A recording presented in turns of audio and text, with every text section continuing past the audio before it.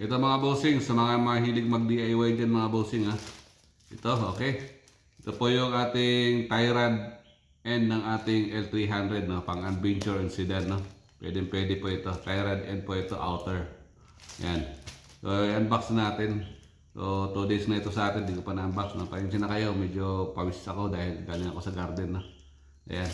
So, bibigyan ko na ng, ng video para may upload na rin natin, no? So, gagawin ko na pati yung aking service, no? Dahil kain na talaga ang gulong. Ayan, so marami pa akong i-unbox yan. Actually, punong-puno na yung ating memory. Ayan. So, ito, i-unbox natin mga bossing. Ayan. Tyrant ito. Shoutout po sa seller natin na si L26 Automotive, no? From Quezon City, Metro Manila. NCR, no? Ayan. So, ayos naman pala pagkakabalat na ito. Ayan.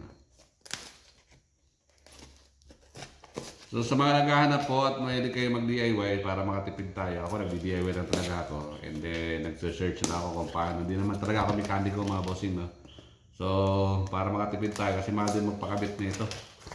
Ayan. So halos paulit-ulit lang din naman ang trabaho nila, no? Ito lang madalas masira pagka loaded ang mga service natin. Yung tie rod end, yung center post, yung underarm. Yan ang madaling masira sa service natin na F300. Ayan, no? So ito, one set na po ito. Mura ko lang ito na-avail mga bossing, 585. Kung sa auto supply ito dito sa amin, nasa 800 na ito, no? So mostly, nag-order na lang ako sa online kasi mas mura pa talaga, no?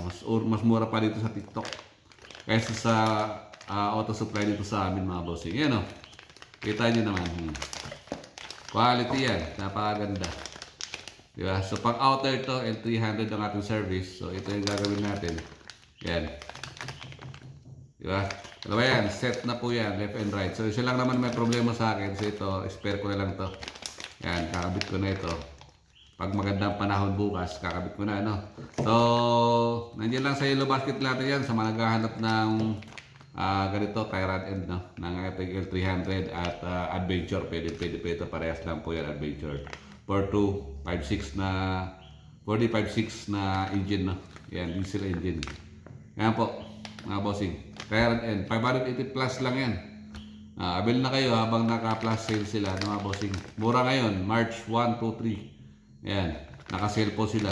So, avail nyo na. Nasa yellow basket lang natin, mga bossing. Ha? Thank you. God bless po sa atin lahat.